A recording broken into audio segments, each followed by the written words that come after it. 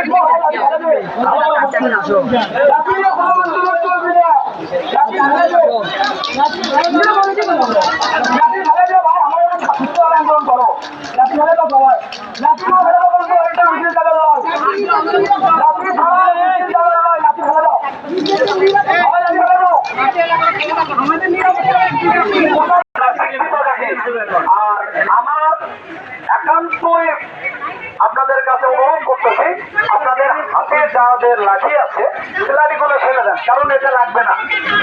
আমাদের মুখ, আমাদের হাত, আমাদের কথা, এই কথাতে আল্লাহ আমাদের কবুল করে নেবে। আমাদের লাঠির প্রয়োজন হবে না। আমরা কালুকে দেখে যেতে চাই। আমার বাংলাদেশে কি হচ্ছে মানুষ সব জানে। আমার এখানে ব্যবসায়ী ভাই আছে, আমার এখানে রিক্সা চালক ভাই আছে, সে জাহাজ, সে শিবির, সে রিক্সাওয়ালা, কোনো সমস্যা নেই। আমার সমস্যা একটাই, আমরা শিক্ষিত জাতি।